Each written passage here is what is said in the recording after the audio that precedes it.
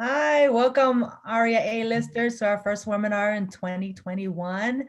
I want to introduce our lovely sponsor, Mitch Gibson, Senior Vice President of Strategic Relationships with Bank of America. Mitch manages Bank of America relationship with multicultural and specialty real estate trade groups. Bank of America is one of the world's largest financial institutions, serving individual consumers, small and middle market businesses, and large corporations with a full range of banking, investing, asset management, and other financial and risk management products and services. Mitch supports Bank of America's commitment to being a responsible lender by partnering with trade groups who have deep roots in the communities they want to serve. He engages with the national offices of these groups as well as aligning Bank of America sales teams to their local chapters.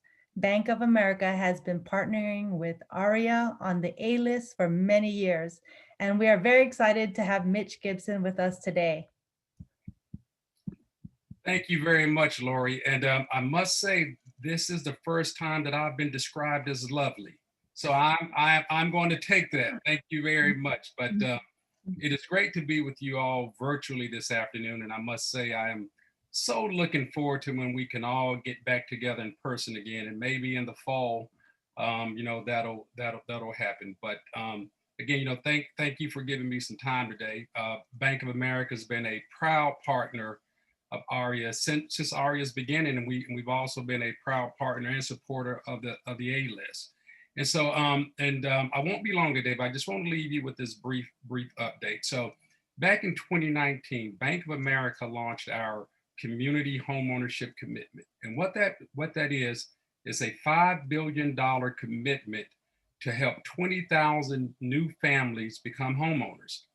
Well, things were going so good that we actually decided to triple that commitment a couple of weeks ago. You may have seen the press release, but Bank of America is committing $15 billion to getting 60,000 people into homes, or families into homes. Now, what that commitment comprises of is really two things. One, it's down payment assistance, and it's closing cost assistance. So there's a $10,000 down payment grant. Goes up to 3% of the sales price of the home, but a $10,000 down payment grant. Then there's also a $7,500 closing cost assistance grant. Now, both of these things are grants, so the customer doesn't have to pay them back. And what our research has shown is that one of the biggest barriers to entry is a lot of times customers, they don't have the upfront cash. So this is something that is really, really good for the customer. I mean, it's going to help, and it's already helped. I mean, like I said, we got to that 20,000 mark so quick. We realized that, hey, look, we've got to triple this and make it 60,000. It's good for the customer, but it's also good for the real estate agent. And I want you to think about it this way. Think about the number of situations or the number of times where you've heard of deals that kind of fall through at the end because the customer doesn't have the cash to close. This is going to help you all close more deals as well. So it's good for it's good for the customer, but it's good for the agent too. And so if you aren't already working with the Bank of America loan officer, I mean, I would encourage you to reach out to your local contact, or reach out to me and I'll put you in touch with somebody. But it really is a win-win for everybody. So again, thank you all for the time today. I hope you all have a great meeting. And when you think about home ownership, think about Bank of America's community home ownership commitment. And I'll turn it back to, is it Lori or Crystal I'm turning it to? Lori, thank you so much, Mitch. Thank you. Have a good day. You too. So I also want to introduce all the panelists today. So I want to introduce Crystal Anse, A-lister, of course, born and raised in Clovis. Crystal is a second-generation realtor and the broker owner of Real Living Diamond Realtors. She runs her own brokerage, actively helps buyers and sellers, and manage transactions on all her agents. Crystal has been very active in ARIA Central Valley since the beginning and one of its original members. I want to also introduce Donnie Pingaro, A-lister, and of course, ARIA member. Donnie has long believed that the future of real estate is local, specialized, and agent-owned. In 2019, he partnered with Side, a San Francisco-based technology brokerage that exclusively works with top agents to support their business development through state-of-the-art marketing, technology, and administrative services. As managing broker and vice president of Florida operations for Side, Donnie leverages his experience building companies and managing brokerages to transform top performing teams into industry defining businesses. I also want to introduce Alan Hummel. Alan, SBA, serves as Chief Appraiser and Vice President of Valuations for First American Mortgage Solutions as a certified general real property appraiser for over 30 years. Alan has provided clients and solutions a broad variety of real estate issues and has been named the Inman News as one of the top 100 most influential people in real estate and 2017 Valuation Visionary by the Collateral Risk Network. Also want to welcome William Bill Garber Jr. Bill Garber is the Director of Government and External Relations for Appraisal Institute, where he serves as head of the AI Washington operations. As director, he represents the interests of AI members for Congress, federal agencies, and outreach to align real estate organizations. Welcome, all of you. Thank you for your time. Thank you. Thanks, Lori. So we wanted to kind of start on the realtor broker side. So can you pull up the slides?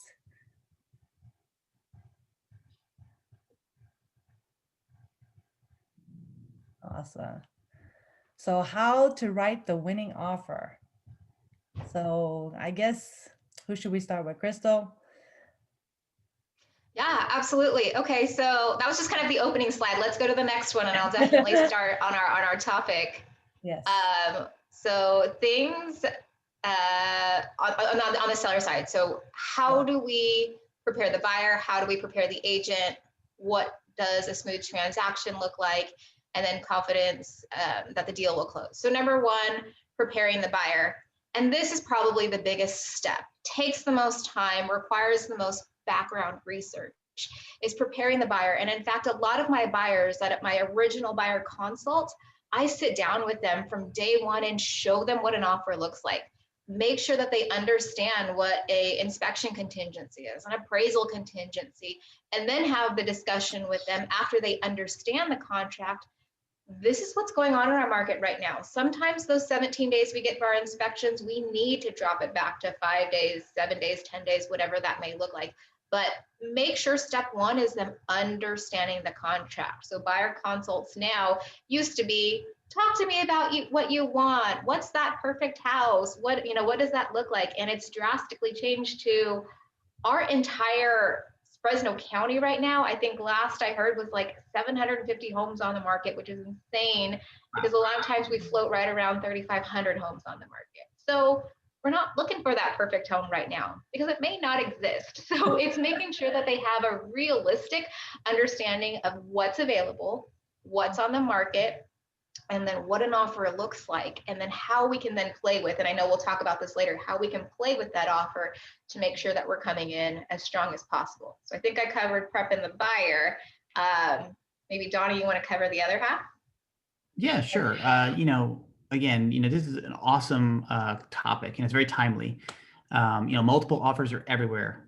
Every market is having a similar shortage of supply and it's massive demand as everybody in this COVID migration is kind of reassessing what they're looking for. And I'm sure Lori and Crystal the same thing. I have so many agents coming to me and saying, hey, how can I get more deals done? I keep on getting beaten out. I've got a lot of investors because my company deals in California, Texas, and Florida. I've got a lot of California investors who started coming into Texas and they weren't prepared, and they're now coming to Florida because it's less competitive. They're getting 7 multiple offers instead of 20. What we do is we try to, work with the listing first and foremost. It's about, again, same thing. It's about realistic expectations. It's about what you're going to see, how people are going to perceive it. You know, how you sell your home is very different from how you live in your home. You know, preparing it accordingly, making sure they understand how many people are going to be in that first weekend of open houses, you know, and how do we ethically and fairly, and this is very timely with Aria, handle multiple offers? Because it's not always about just the price. It's also about terms. It's also about other intangibles. So again, it's very important for our agents to, you know, prepare the listings that way. And I'll talk a little bit more about what we do for our listing side of it too. A lot of our top agents that we see in the local market, again, are average agents. It's like, wow, how come so-and-so is just getting so much more market share? And, you know, what I see it is it's about having a plan. It's about not only selling house one on the street, it's that really top broker is taking house number one they saw on the street and leveraging it to get listings 2, 3, 4, and 5. You know, and again, that's very challenging in our world because as we are so busy, we're very transactional. But if we can kind of dial it back, put a plan together, so that listing is really a two-pronged plan. It's about how to list and sell this home. And then once you have the success there, leverage across your neighborhood. You know, Crystal and Lori are experts upon it. They really dominate their marketplaces. And it's because they have a plan. They're not just doing it deal by deal. It's a plan in advance. Can we go to the next slide? Thank you, Donnie. Yeah. So we want to walk us through kind of educating our buyers. So Crystal, how do you walk your buyers through this transaction? So absolutely, we want to make sure, again, setting those realistic expectations from the beginning, just like we laid out terms, contingency periods, all of that. If they know and understand that from the beginning, then we can have a realistic conversation from day one when writing up the offer. But I think when it comes to educating the buyers, they have to understand that an appraisal is a big issue right now. And typically that's our biggest issue, which is why I'm thankful we have the amazing appraisers on our panel today to be able to help us kind of wean through that side of it. But it's not the person who throws in the highest offer. It's the person who can get the seller exactly what they want. And Donnie just touched on this. It's having that communication with the listing agent. It is amazing to me how many agents send me an offer and I've never talked to them on the phone. You have no clue what my sellers are looking for. You don't know what they want. You don't know what their concern items are. I haven't told you about, you know, the things that I'm aware of with the property. So it's making sure that each of these buyers agents are reaching out to the listing agent. Granted, I know there are some agents that, you know, don't answer their phone calls, you know, don't give you any information, just say submit the offer. I'm not one of those agents, and the top agents are not like that. They are going to give you. My seller's biggest concern is the 2-week rent back after close of escrow, because we need to make sure that they have moving time into their replacement home. My seller's biggest concern is there's this patio in the back that they just are done with. They don't want to deal with. It may not qualify for financing because of that. But if you guys write something into your offer that addresses that back patio, that will stand out to my seller. Have that conversation with the seller. Ask about turnaround times. I had a buyer, we had multiple offers.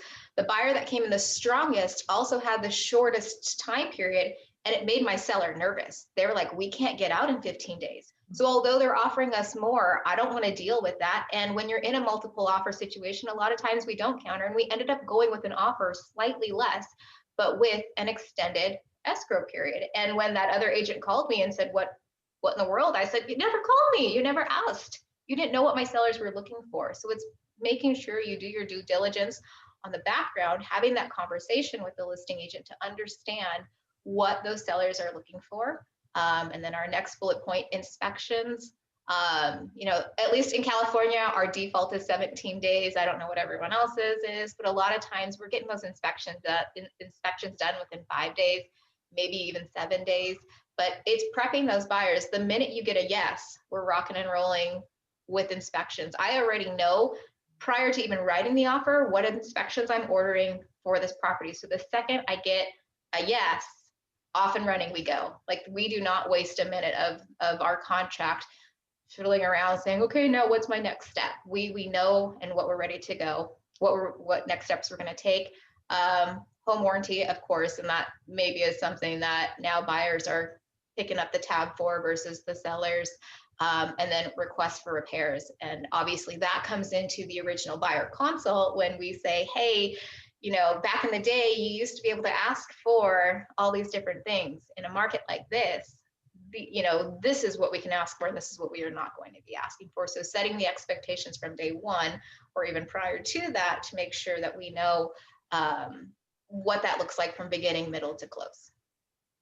Thanks, Crystal. So Donnie, do you have any other tips for the buyers? Yeah, no, I think Crystal hit a lot of them, especially for the agents representing the buyers. The one thing I'd also like to just double down on that relationship building is, again, this contract and this transaction is important. You know, it's a family that's selling, it's a family that's purchasing, but we have to be realistic as agents. You know, we can't get emotionally attached. If there's 20 multiple offers in, no matter how hard we try and how great a job we do, we may not get this deal. But if you're taking that extra step and Crystal is calling and making that relationship to that listing broker, and that listing broker really understands Crystal as a professional, and she's taking good care and making it as simple and as, you know, concise as possible, maybe the next deal down the road that happens, Crystal gets a phone call first. Maybe the next deal down the road, Crystal and that listing agent have a little bit better synergy and things kind of flow a little bit better. So again, that's also a big service that we're bringing as professionals to our clients, is the longevity. It's building the relationships, not only knowing the expert in the marketplace in terms of the dollars per square foot and the trends, but it's also the people and the personalities. You know, I've been doing this a long time, and on Fisheron in my home market, I know all my competitors' tricks. You know, I know all their personality quirks and stuff like that. And I'll tell them, I'll be like, hey, you know, Jill, it's Donnie. You don't need to go through that road with me. Let's just get right to it. You know, or I need to dance with Gregory. You know, I know every single deal with Gregory is going to take 3 steps, and I'll prepare my buyers saying, I've done dozens of deals with Gregory over the years. We can never come in hard first. We got to kind of do it this way. And again, that's where you're bringing your value to your customers. And that's where your closing rate is going to explode much, much higher, is again, working smarter and really leveraging what you do locally and your relationships to another level. Nice. Can we go to the next slide? I know I don't like when agents confront me or yell at me. Why? They're not going to get the deal done. So I guess, what do you like? What not to do? I guess what not to do. And I know this first topic's out, the first line: do not try to educate the seller or the listing agent. And that's just, don't come off as a show off when you're representing your buyer. I hate when I get the calls from the agent that say, oh, well, you didn't see this comp and you didn't see this comp. And okay, let me tell you, as a seller, as a listing agent, we've done our due diligence on this property. Like, don't come off as a know-it-all, even though you may feel like they missed something, because they're going to shut you off and turn you down real fast. Okay.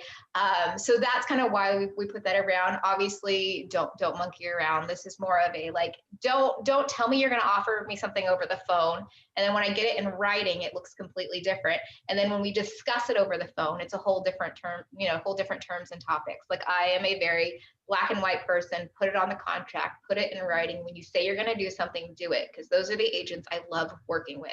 If you can get me from opening to close and do exactly as we kind of planned out from day one, that definitely sticks in my mind. So as a listing agent, like Donnie says, it's all about building relationships. The next time I see your offer come in on another one of my listings, I'm going to let my seller know I've done deals with this agent. They know what they're doing. They can get us to close. I've worked with the lender, and all of that. It's, again, relationship building. And then don't write any crazy terms in there. I've seen some really interesting things. And I think it's, again, prepping the buyer. You can't ask for some things in offers. You can't, we'll just leave it at crazy terms, because I've seen, I'm sure Donnie has seen some crazy terms come in on these offers. Yeah. But I would say those are the things not to do. Yeah, and I'll take the last one, and I'll give a real life example. So we just had a situation here locally, one of our agents. Crystal and Lori, let's tell me, how would you guys handle this? You've got a multiple offer situation, and your seller's not made a final decision. The seller's not made a final decision. You wouldn't handle it this way, but the listing agent has multiple offers, and your buyer comes in with a second offer. So they come in at 5.5, and they think twice about it before the decision made. They come at 5.7. As a listing broker, what would you do with that second offer? So present it. There you go. There you go. So don't fall off the face of the earth is a great one on the bottom one. We had a listing agent locally who fell off the face of the earth. He received the offer, never told it to the seller. Now the seller has made a decision and taken another deal, which was inferior to the offer that he had in hand because he fell off the face of the earth. And the next step is legal action. So again, when things are busy, we get it. As managing brokers, Crystal, myself, we're probably telling our agents all day, you got to be present. You got to make sure you present all offers when you're representing a listing agent. And when the seller says, no, thank you, always document it. Always send it back a quick little one-line email. Hey, Crystal, thanks very much for your offer. Unfortunately, the seller chose a different offer. We hope we can help next time.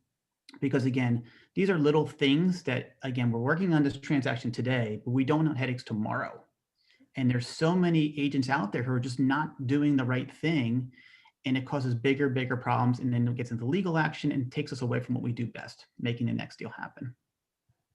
Definitely. We got another slide.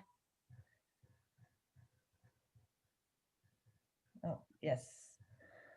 So the big takeaways, Crystal, do you have any remarks? Big takeaways, I would say for me, so I'm going to go this on two different sides, but as a buyer's agent. So, and I know we didn't talk about it, but write your cover letters.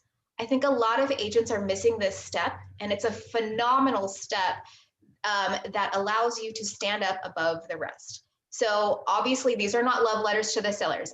Those are no-nos. I get that. That I totally understand. These are cover letters. These are letters explaining the offer in its entirety in a short synopsis of a paragraph or less. I don't want to know your background research, and I don't want to know any of the X, Y's, and Z's on your cover letter. I want to know your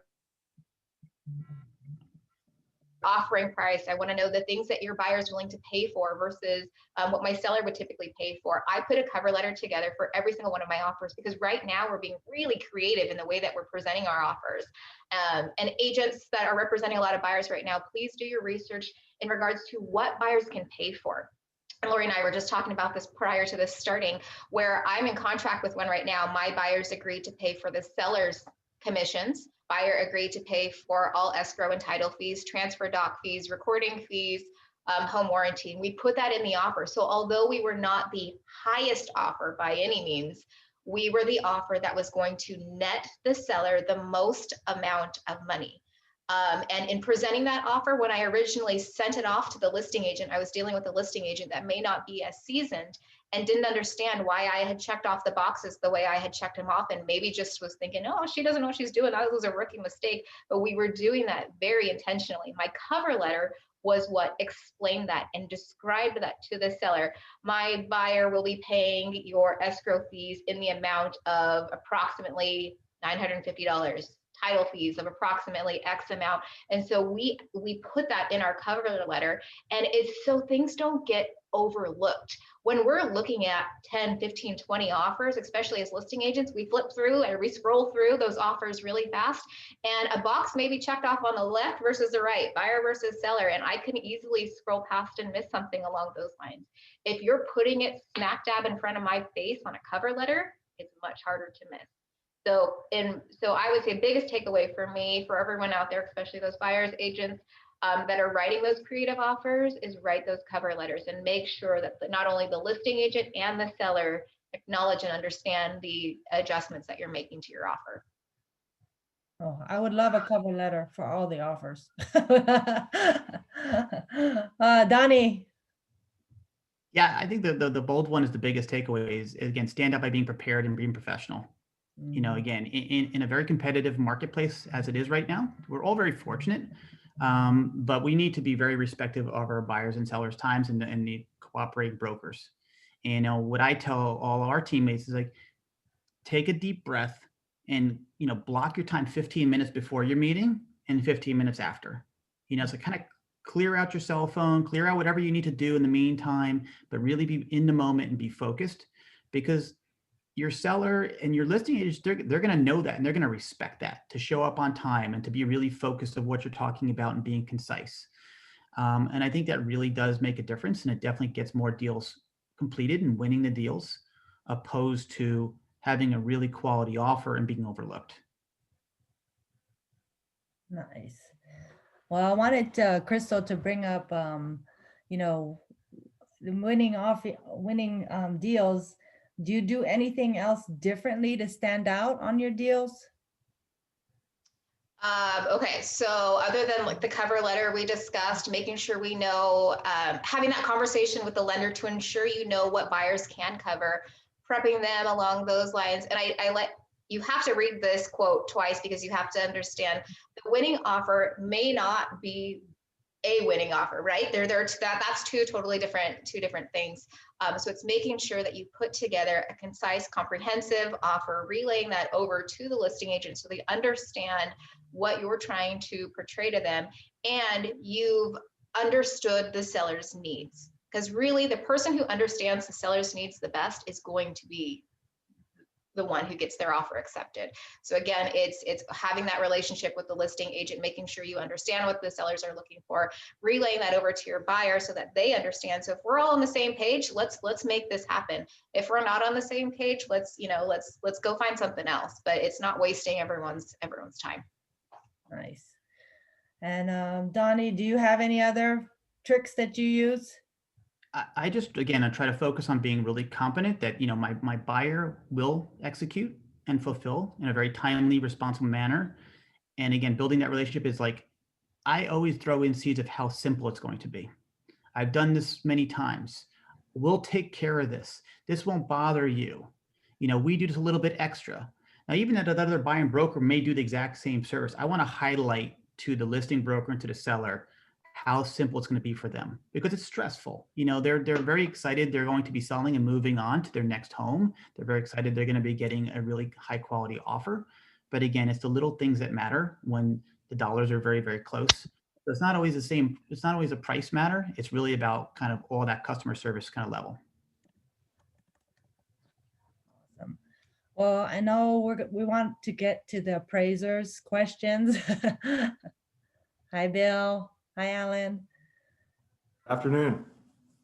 So I wanted to kind of get, I guess, feedback on what's going on with appraisals lately, because I feel like the prices keep going up so fast, and our offers, since we have to go multiple offers and go over asking, what can we do to get our house to appraise? I'm going to turn to Alan since he's in the field.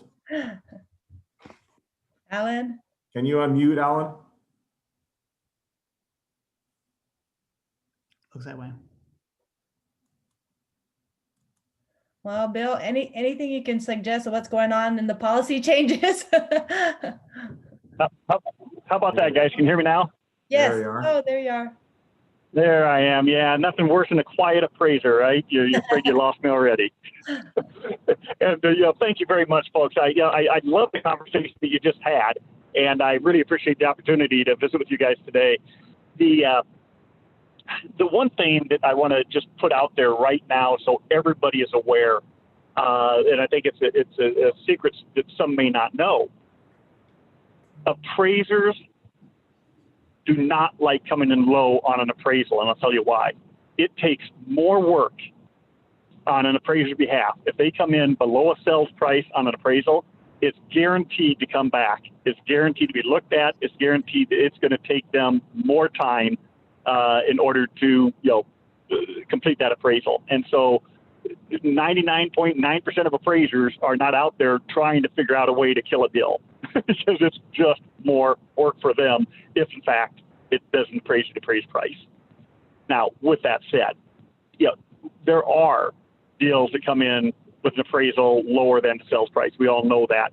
I don't know the actual statistics, but anecdotally, it's somewhere around 3 to 5% of appraisals are coming in below the contract price. Now that's going to vary across the country. It's possible that in your markets that it's more in the 10% range, and some markets might be 2%.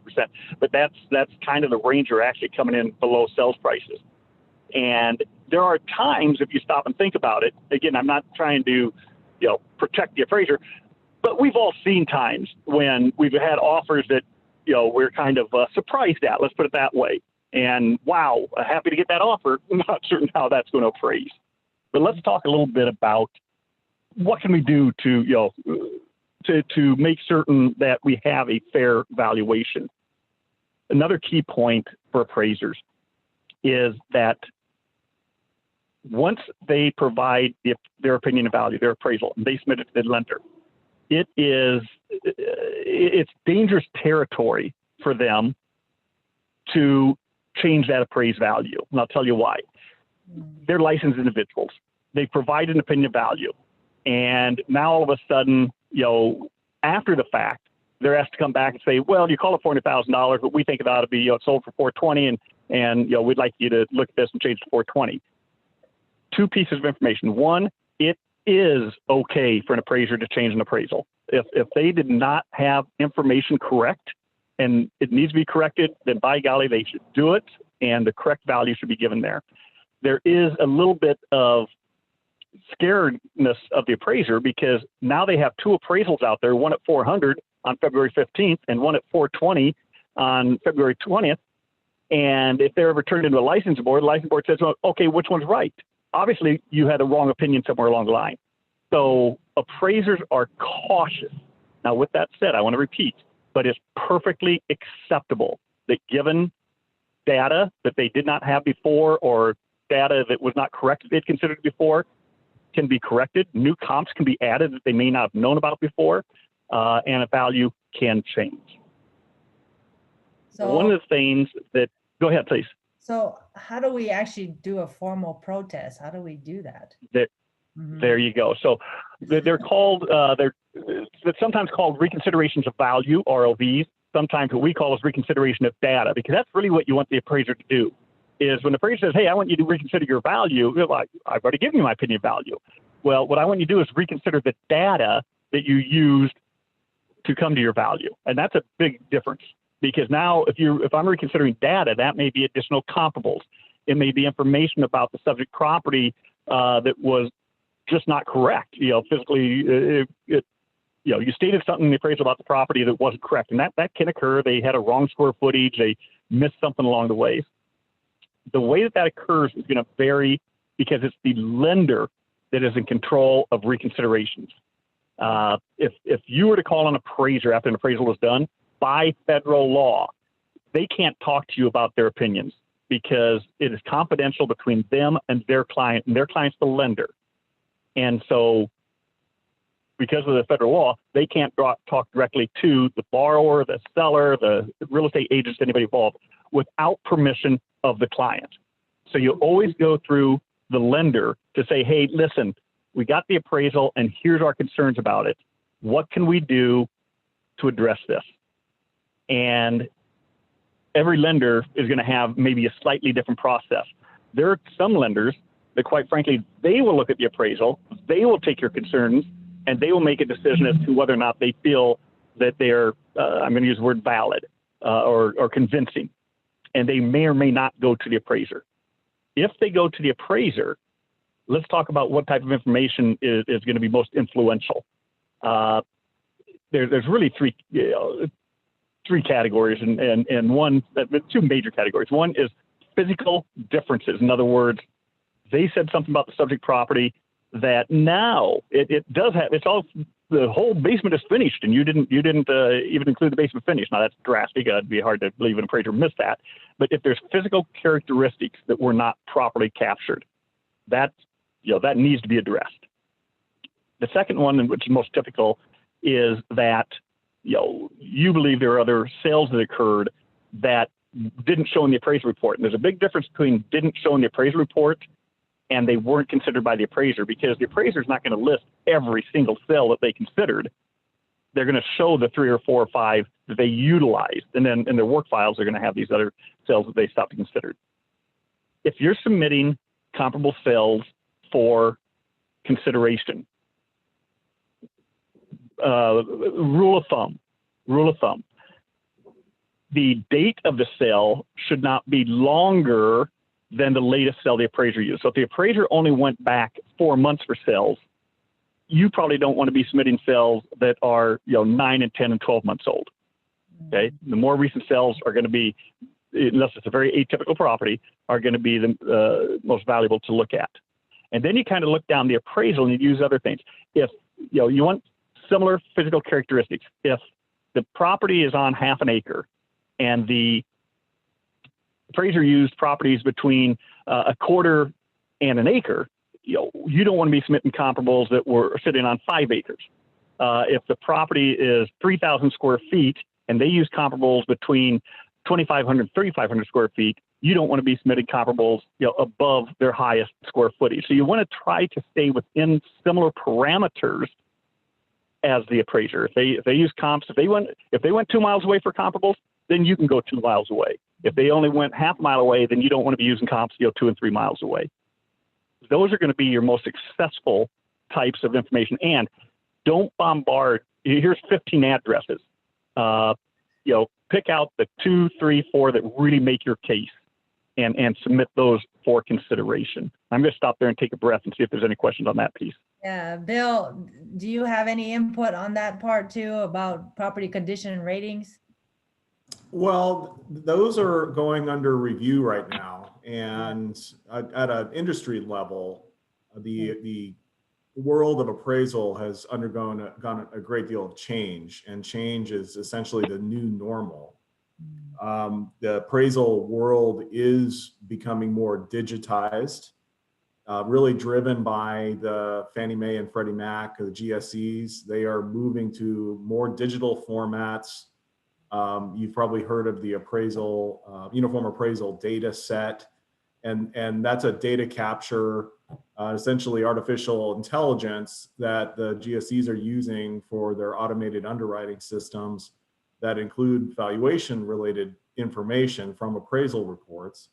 And they're updating that right now. All of the UAD definitions, all of the forms that appraisers use. The UAD is probably 10 years old, and the forms that they use are like almost 20 plus years, or maybe in more general terms, 40 years old in their makeup. When the forms were created, the Uniform Appraisal Residential Appraisal Report, the URAR form, was created, we really had a dearth of data. It was like data was scarce at that time. And the world has changed, obviously, since then. And we have a proliferation of data now, and the GSEs are leveraging that. They're moving forward quickly on that, and appraisals are having to adapt to it. So over the next several years, the agent and broker community is going to need to prepare itself for what it will be a new type of an appraisal report, a new type of appraisal process, even going forward. It will be much more data centric. 3 comps on a grid is going away, and you're going to see simple and multiple regression type analysis in future appraisal reports. And that may present certain challenges as far as rebutting appraisal reports and the like. Appraisers want to be able to defend their work. So they're being creative, and they're using big data as well to do that, to do whole market analysis and to really cover the full range and spectrum to build more credibility in the work that they're doing. So that's going to continue, and that will require some education. So trying to understand the new definitions that they use for property condition and the like, and then how that gets reported on the appraisal reports, and how to tear those apart in preparing a rebuttal on that appraisal or requesting a reconsideration of value. The process too is changing somewhat, or there's some potential changes to process. As far as there's a lot of talk about so-called hybrid appraisals, where those who are doing the inspections, there might be a different labor force even.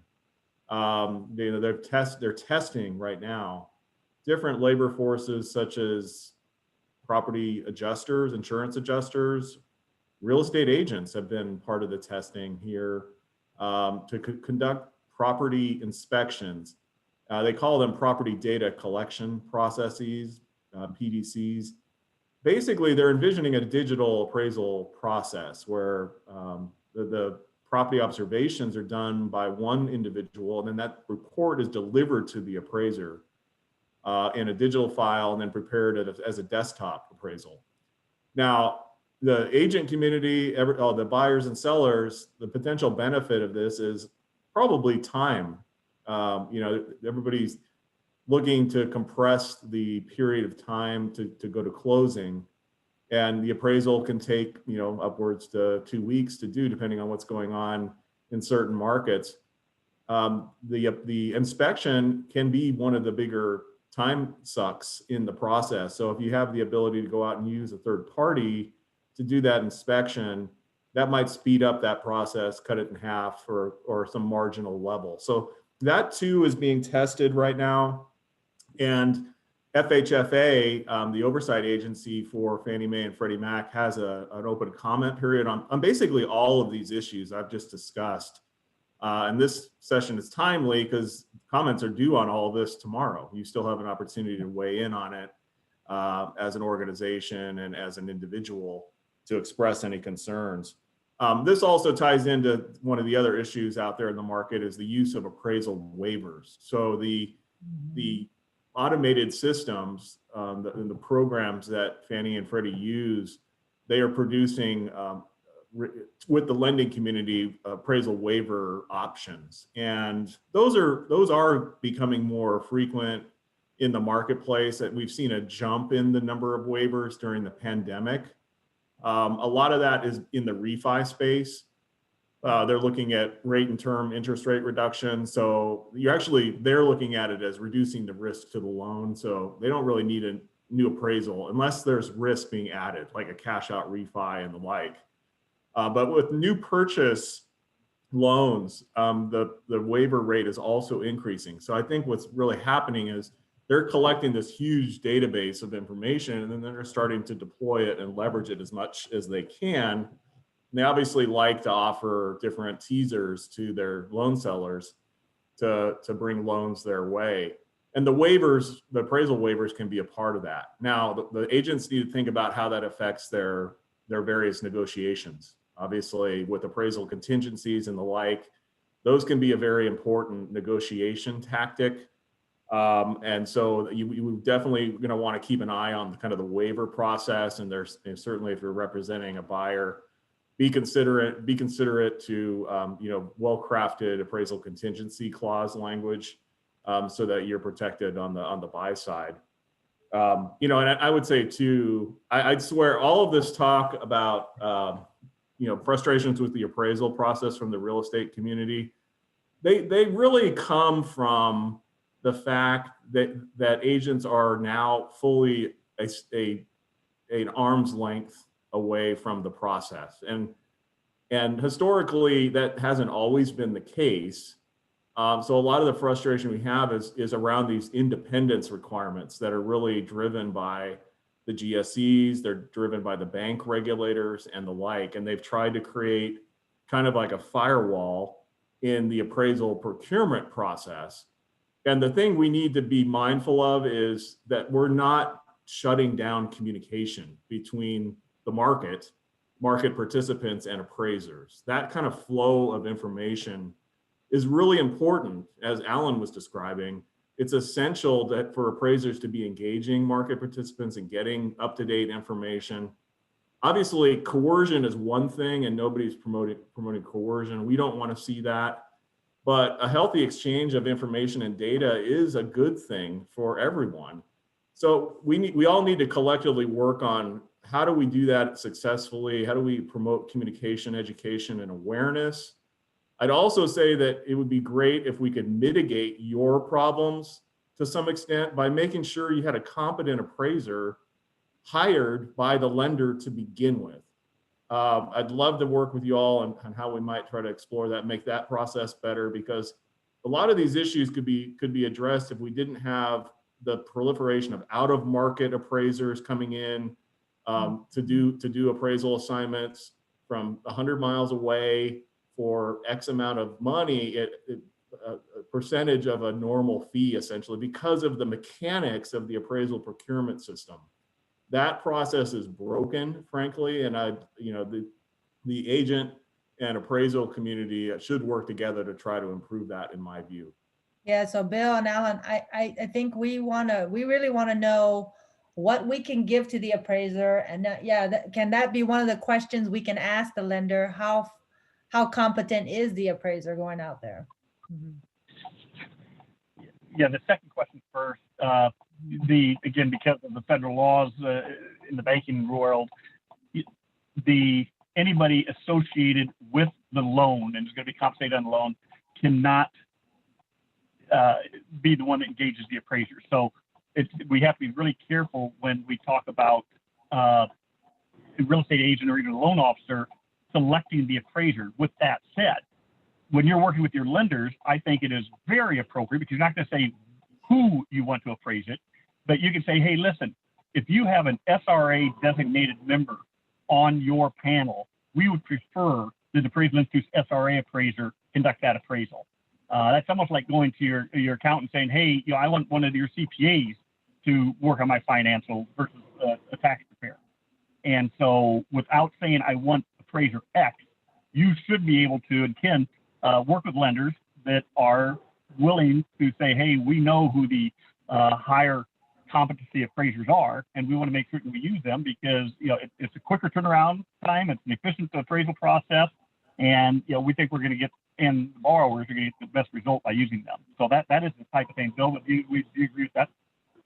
I do. Yeah, general terms are okay, but I think that you're going. What the issue there is that a lot of banks have interpreted their guidelines from the bank regulators and such to have like a firewall, a very strict firewall in place where no communication can exist, and that's actually an extreme interpretation. You can make a general request along these lines of, and I've seen contingency language of competent, reputable, designated appraisers to be used in the local market. That's something that absolutely can be requested. And then what can we give to the appraiser? I mean, can we give them comps? Mhm. Go ahead, finish that question. Can we give them comps, and what else can we give the appraiser?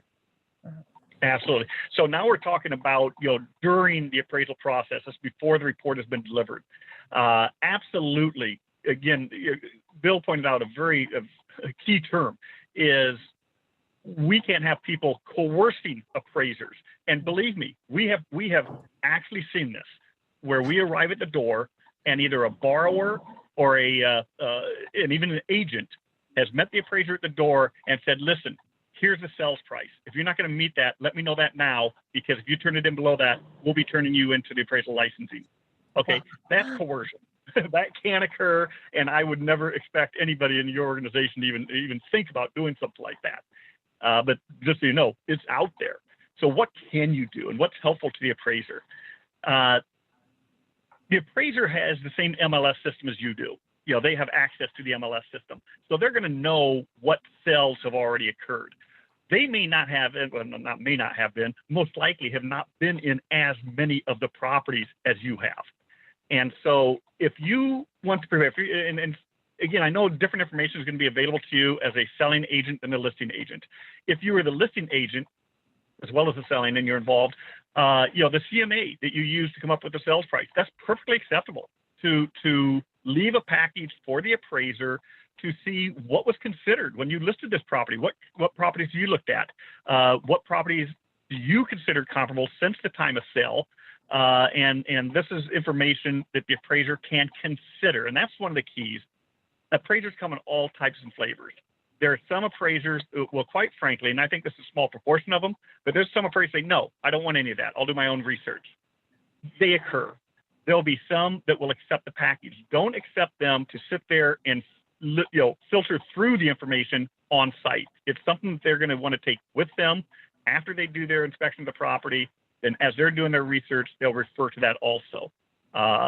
So I want to go back to the information I talked about before. When you're providing information, obviously, credible information. We've seen cases, and I'm using somewhat exaggerated, but we've seen it occur where, the property is a 3,000 square foot, $400,000 house on 1 acre. And the agent, says, oh, and here's the information you got to consider. And they're all 4,000 square foot, 5 acre properties that sold for, $100,000 more. Well, that's not helpful. Okay, that's maybe informative, but it's not helpful. The conversation that can also occur is, remember that the appraiser is probably going to be in that property for anywhere from 30 minutes to 45 an hour, doing their viewing of the property, taking measurements, etc. One of the things that they have to do is talk about the condition, the overall condition, quality of the property. If the property owner has a list of updates, improvements, capital improvements that they've made over the last 3 to 5 years, that's always helpful. Again, not we replaced all the light bulbs, we put the new mirrors in the bathroom and new curtains, and that's nice. But what we're talking about is, we 3 years ago we finished the basement by a carpenter. The roof was replaced 2 years ago. So the capital improvement type of stuff that should add to the value of a home are things that we want to make certain the appraiser's aware of. Oh, that's all good information. I know we're getting to the end, and I want to make sure we cover everybody's questions. So I just want to shout out, make sure the A-listers know that the applications are coming out too. So look on aria.org for get your applications in. You have until almost May, so look for that. But one of the questions is actually for Crystal or Donnie. Does it matter if you are number one or last at the listing appointment? Ooh, this is a good question. I get asked a lot by my agents. For me, and I know I don't know, there's a couple of people in my market on here, but I always like to be the first. I'd like to get signed signature contract and have them cancel the rest of the appointment. So, really, when it comes to my listing appointments, I am a bulldog, and I would love to get them to sign, be the first one in, and get the contract done. So I know that there's always been a debate about who goes first, middle, last, whatever that may be. But in my opinion, I've had a lot of success with being the first one in. Okay, Donnie? Yeah, I agree. I prefer to be the first, but to me, it's like in any sales thing, it's about the pre and the post. That the showtime really matters. But we do a lot of before introduction information to them. We'll send them a listing agreement up front. We'll put that number, on the listing right there up front, so they know exactly what they're walking into, and it's just about why, and if it's a good relationship vibe, and then it's a good follow up. So I'm never afraid to be in the middle or the end. But I agree with Crystal. If I had to pick, I want to be number one at the table. Thanks, Gary, for the question. And then Christopher had a question about what an information agent can provide an appraiser in advance to support value and sales price. I think we covered that. Any other tips? Quickly, another one that I didn't state that I think is pending sales. The agents typically have more access to pending sales in the market than the appraiser does, because the MLSs don't always get updated quickly as to what's pending sales. So pending sales are always good if you know about something that, hey, it's off the market, it's pending. And then the other question the appraiser is going to ask is, okay, is it pending, just been approved and just awaiting funding, or is it still, it was just 3 days ago that it went under escrow, and now we got to go through the rest process? Because the closer that the pending sale is to closing, the more informative it is and the more valuable it is to the appraiser. So if you know of a pending sale that could be used as a comparable, the appraiser can take into consideration sales that are pending but not closed. Okay. And we have another question. This is a long one. So so this guy's actually, I fought 2 appraisals and they did not change the value, and it killed the deal.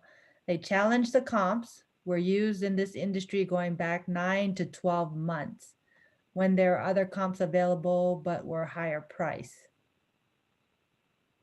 So he picked up 3 to 5 comps that were most recent, most close to the subject property, and I guess they rejected it. Yeah, and it's unfortunate, and that does occur. And of course, not knowing all the details, I can't state, why they would reject those particular sales. You did the right thing. At least you produced them. I'm going to give you an example only, and this probably wasn't at all in your case. We've had situations where the property was in a 55 plus community, and they were presented sales outside the 55 plus community. In that case, the appraiser is going to use older sales in that 55 plus community before they use sales outside the community, even if they're more recent. I'm not saying that was the case here at all, but you took the right tact. You produced sales without knowing what the instance was. I can't tell you whether the appraiser was just being silly or not.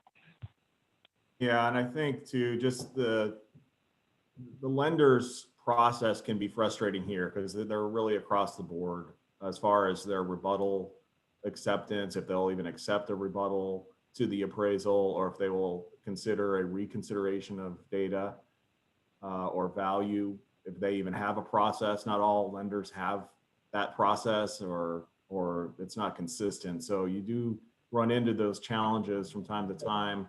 A last resort, I hate to see it, but if the work was so shoddy and incompetent, that's why we have licensing authorities, and it can be referred for review and investigation with the State Appraiser Licensing Authority. So I know, I think Bill answered these questions for how do you appraise an ADU? Yeah, I saw that in the chat box. The ADUs are a more common phenomenon in the marketplace. We've seen that, and the lender guidelines from the GSEs have changed a little bit in that regard to try to bring some loan programs in place around ADUs. There are some zoning questions that get asked immediately, and then there's some conditions that need to be met in order for that loan that has involving a property that has an ADU on it to be satisfied.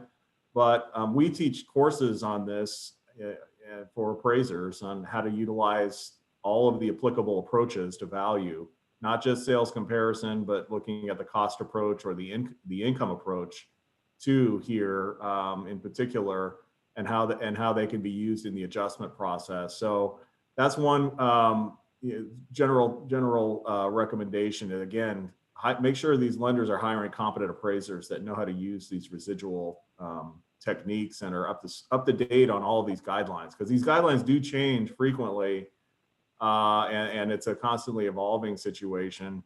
And we've pressed the GSEs in recent years to be a little bit more lenient, less second guessing of appraisers on that point with ADUs. And they've opened up a little bit. I don't know if they're 100% open for business, but they've at least cracked the door a little bit.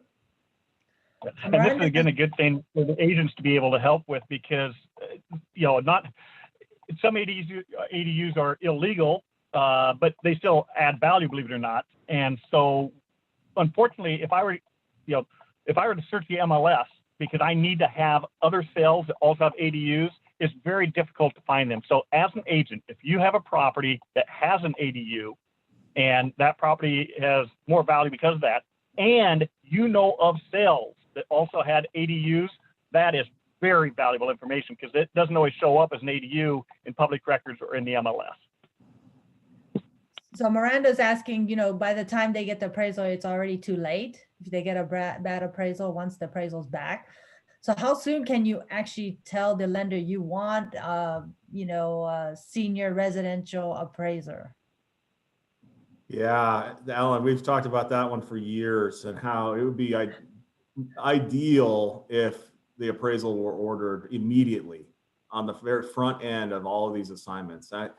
I am sensing it's not a sea change yet, but there are some discussions amongst the agencies, enterprises, about how we might do that. There's even some test programs around it.